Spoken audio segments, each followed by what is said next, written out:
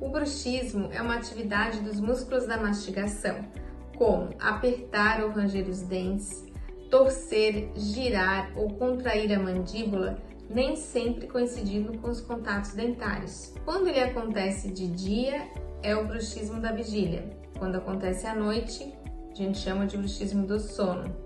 Essa atividade pode ter origem genética e pode estar associada a algum distúrbio do sono, como apneia do sono, refluxo gastroesofágico, e também pode estar relacionada ao estresse, dificuldade de concentração e ambiente de trabalho. A postura normal da boca durante o dia seria o lábio fechado, língua relaxada e dentes desencostados. O bruxismo do sono ou vigília pode ocasionar desgastes dentários, fraturas, perdas de dentes, fraturas de próteses, perdas de implantes, hipersensibilidade dental e também pode provocar dor, disfunção temporomandibular.